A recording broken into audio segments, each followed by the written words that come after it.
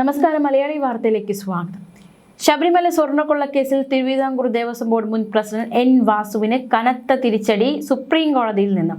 അതായത് ജാമ്യത്തിന് വേണ്ടിയുള്ള തീവ്ര ശ്രമം എൻ വാസു കഴിഞ്ഞ ദിവസങ്ങളിൽ നടത്തുകയായിരുന്നു. ഹൈക്കോടതിയെ സമീപിക്കുന്നു, കീഴ്ക്കോടതികളെ, മേൽക്കോടതികളെയും ഒക്കെ സമീപിക്കുന്നു, എല്ലായിടത്തും ജാമ്യം തള്ളുന്നു.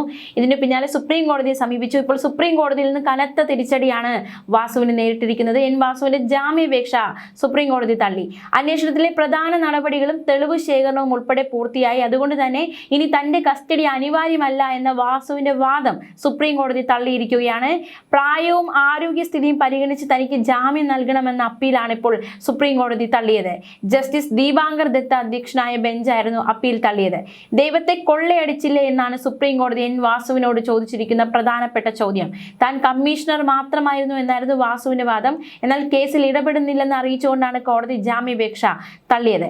72 ദിവസമായി ജയിലിൽ കഴിയുകയാണ് വാസു. ഈ 72 ദിവസത്തിനിടയിൽ നിരവധി തവണയാണ് ജാമ്യത്തിനായുള്ള ശ്രമങ്ങൾ വാസു നടത്തിയത്. എല്ലാ കോടതിയിൽ നിന്നും വാസുവിന് തിരിച്ചടി ഉണ്ടായിരിക്കുന്നു. പ്രധാനപ്പെട്ട കാര്യം, സുപ്രീം കോടതിയിൽ നിന്നും തിരിച്ചടി ഉണ്ടായിരിക്കുന്നു. മാത്രമല്ല, സുപ്രീം കോടതി ചോദിച്ച ചോദ്യം ദൈവത്തെ കൊള്ളയടിച്ചില്ല എന്ന നിർണായകമായ ചോദ്യം കൂടി സുപ്രീം കോടതിയുടെ ഭാഗത്തു നിന്നും ഉണ്ടായിരിക്കുന്നു. കനത്ത തിരിച്ചടി തന്നെയാണ് വാസുവിന് നേരിട്ടിരിക്കുന്നത്.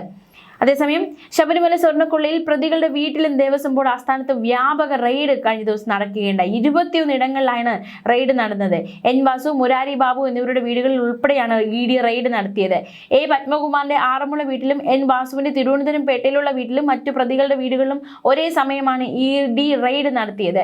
കൃത്യമായി ഓരോ സ്ഥലങ്ങൾ സ്പോട്ട് ചെയ്തതിന് ശേഷം കൃത്യമായ സമയങ്ങളാണ് വ്യക്തമായ ആസൂത്രണത്തോടെ ED ഇടപെടലുണ്ടായത്. കേസുമായി ബന്ധപ്പെട്ട രേഖകളും തെളിവുകളും ശേഖരിക്കുകയാണ് ഉദ്ദേശം.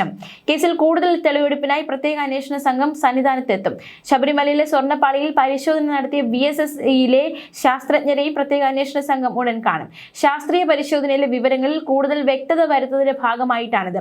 1998 സ്വർണ്ണപ്പാളികളും പിന്നീട് പ്ലേറ്റിംഗ് നടത്തിയതിനു ശേഷമുള്ള പാളികളും തമ്മിൽ പ്രകടമായ വ്യത്യാസം കണ്ടെത്തിയിട്ടുണ്ട്. ഏതു തരത്തിലാണ് അട്ടിമറി നടന്നിട്ടുള്ളതെന്നാണ് സംഘം പരിശോധിക്കുന്നത്. കഴിഞ്ഞ വർഷം മെയ് 17, 18 തീയതികളിലായിരുന്നു സന്നിധാനത്ത് SIT പാളികളിലെ സാമ്പിൾ എടുത്ത് പരിശോധനയ്ക്ക് വിധേയമാക്കിയത്. ശബരിമലയിലെ ദ്വാരപാലക ശില്പം, കട്ടിളപ്പാളി, വാജിവാഹനം എന്നിവയുമായി ബന്ധപ്പെട്ട അന്വേഷണം എല്ലാ മേഖലയിലേക്കും വ്യാപിപ്പിക്കണമെന്ന നിർദ്ദേശം കോടതി നൽകി. കഴിഞ്ഞ 2 തവണത്തെ പിണറായി സർക്കാരുകൾ, അതിനു മുന്നേയുള്ള VS ഉമ്മൻചാണ്ടി സർക്കാർ എന്നിങ്ങനെ 4 സർക്കാരുകളുടെ കാലയളവിലുള്ള ഭരണസമിതിയുടെ ഇടപാടുകളെ കുറിച്ച് അന്വേഷണം വിപുലീകരിക്കാനാണ് അന്വേഷണ സംഘത്തിന് കോടതി നിർദ്ദേശം നൽകിയിരിക്കുന്നത്. ശബരിമലയിൽ നിന്ന് ദ്വാരപാലക ശില്പവും കട്ടിളപ്പാളിയും കൊണ്ടുപോയി സ്വർണം തട്ടിയെടുത്തുന്ന നിരീക്ഷണമാണ് കോടതിയും മുന്നോട്ട് വയ്ക്കുന്നത്. 1998 വിജയ് മല്യയുടെ നേതൃത്വത്തിലുള്ള UP ഗ്രൂപ്പ് ഇതിൽ സ്വർണം പൂശിയത്. 2019 ആദ്യമായി ഇവ പുറത്തു കൊണ്ടുപോകുന്നത്. അറ്റകുറ്റപ്പണിക്ക് ശേഷം തിരികെ കൊണ്ടുവന്ന സ്വർണം 2025 വീണ്ടും പുറത്തു കൊണ്ടുപോയി. 2 തവണകളായാണ് ദ്വാരപാലക ശില്പവും കട്ടിളപ്പാളിയും പുറത്തു കൊണ്ടുപോയത്.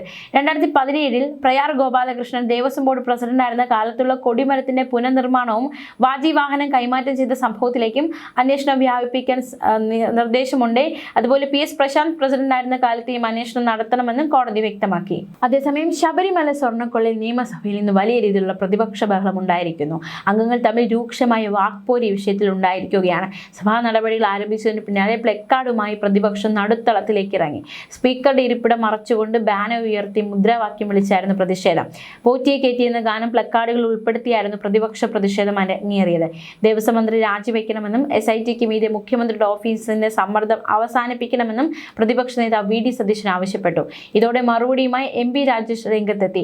ശബരിമല സ്വർണ്ണക്കൊള്ളയിൽ അടിയന്തര പ്രമേയ നോട്ടീസ് നൽകാൻ പ്രതിപക്ഷത്തിന് ഭയമാണെന്നും ഭീരുത്വമാണ് പ്രതിപക്ഷത്തിനെന്നും തിണ്ണമിടുക്ക് കാണിക്കരുതെന്നും അദ്ദേഹത്തിന്റെ താക്കീത്. വിഷയം ചർച്ച ചെയ്യേണ്ടി വരുമെന്ന ഭയമാണ് പ്രതിപക്ഷത്തിന്, ഭീരുത്വമാണ്, തിണ്ണമിടുക്ക് കാണിക്കുന്നു എന്നതടക്കമുള്ള അതിരൂക്ഷമായ പ്രതിഷേധം വന്നതോടെ പ്രതിഷേധം ശക്തമാക്കി നടുത്തളത്തിലേക്ക് ഇറങ്ങി. ഭരണപക്ഷ MLAമാരും പിന്നാലെ എഴുന്നേറ്റു. പോറ്റിയെ കയറ്റി എന്ന പാരഡി ഗാനം പാടി പ്രതിപക്ഷം പ്രതിഷേധിച്ചപ്പോൾ സ്വർണം കെട്ടത് ആരപ്പ എന്ന് അടൂർ പ്രകാശിനോട് ചോദിക്കുമെന്നും ഹൈക്കോടതിയിൽ തോറ്റപ്പോൾ സഭയിൽ സമരം ചെയ്യുകയാണെന്നും MP രാജേഷും പ്രതികരിച്ചു. എന്തായാലും കനത്ത തിരിച്ചടിയാണ് നേരിട്ടിരിക്കുന്നത്. തീർച്ചയായിട്ടും ഇപ്പോൾ വാസുവിൻ്റെ ജാമ്യം തള്ളുന്ന സാഹചര്യമുണ്ടായി. എൻ വാസുവിൻ്റെ ജാമ്യം, അദ്ദേഹത്തിൻ്റെ ജാമ്യാപേക്ഷ തള്ളിക്കൊണ്ട് കോടതി ചോദിച്ച ചോദ്യങ്ങൾ നിർണായകമാണ്. പ്രധാനമായും ചോദിച്ചിരിക്കുന്നത് ആരാധനമൂർത്തിയായി ദൈവത്തെ കൊള്ളയടിച്ചില്ല എന്ന സുപ്രീം കോടതിയുടെ ചോദ്യം നിലവിൽ വളരെയധികം ശ്രദ്ധേയമാണ്. അതുമാത്രമല്ല SIT ശക്തമായി എതിർത്തിരുന്നു, അതും സുപ്രീം കോടതി ചൂണ്ടിക്കാണിക്കുകയുണ്ടായി. ഈ ഒരു കേസിൽ വാസുവിനെതിരായ കുറ്റാരോപണങ്ങൾ എടുത്തു പറഞ്ഞ കോടതി കേസിൽ ഇടപെടാനാകില്ല എന്ന് വ്യക്തമാക്കുകയും ജാമ്യ ഹർജി തള്ളുകയുമായിരുന്നു. വാസുവിന് വേണമെങ്കിൽ ജാമ്യത്തിനായി വിചാരണ കോടതിയെ സമീപിക്കാമെന്ന് സുപ്രീം കോടതി വ്യക്തമാക്കിയിട്ടുണ്ട്. ജസ്റ്റിസ് ദീപാങ്കർ ദത്ത അധ്യക്ഷനായ ബെഞ്ചാണ് വാസുവിന് ജാമ്യ ഹർജി പരിഗണിച്ചത്. സ്വർണ്ണക്കൊള്ള കേസിൽ 76 ദിവസമായി ജയിലിലാണ്. തനിക്ക് പ്രായാധിക്യമുണ്ട്, കൃത്യം നടക്കുമ്പോൾ താൻ അവിടെ ദേവസ്വം കമ്മീഷണർ മാത്രമായിരുന്നു എന്നതടക്കമുള്ള വാദങ്ങൾ വാസു മുന്നോട്ട് വെച്ചുവെങ്കിലും അതൊക്കെ തള്ളിപ്പോകുന്ന സാഹചര്യമാണ് ഉണ്ടായത്. കോടതിയിൽ അത് വില പോയില്ല. എന്തായാലും അദ്ദേഹത്തിന്റെ ജാമ്യ ഹർജി തള്ളിക്കൊണ്ട് കോടതി നിരീക്ഷിച്ചിരിക്കുന്ന നിർണായകമായ കാര്യങ്ങൾ, ചോദിച്ചിരിക്കുന്ന നിർണായകമായ ചോദ്യം, ഇതൊക്കെ അക്ഷരാർത്ഥത്തിൽ നടക്കുന്നത് തന്നെയാണ്. മാത്രമല്ല നേരത്തെ ദേവസ്വം ബോർഡ് അംഗം ശങ്കർദാസിന്റെ ഹർജിയിലും സുപ്രീം കോടതി രൂക്ഷ വിമർശനം ഉയർത്തിയിരുന്നു. ദൈവത്തെ പോലും വെറുതെ വിടാത്ത വലിയ കവർച്ചയാണ് ശബരിമലയിൽ നടന്നതെന്നായിരുന്നു സുപ്രീം കോടതിയുടെ ഒരു വിമർശനം ഉണ്ടായത്.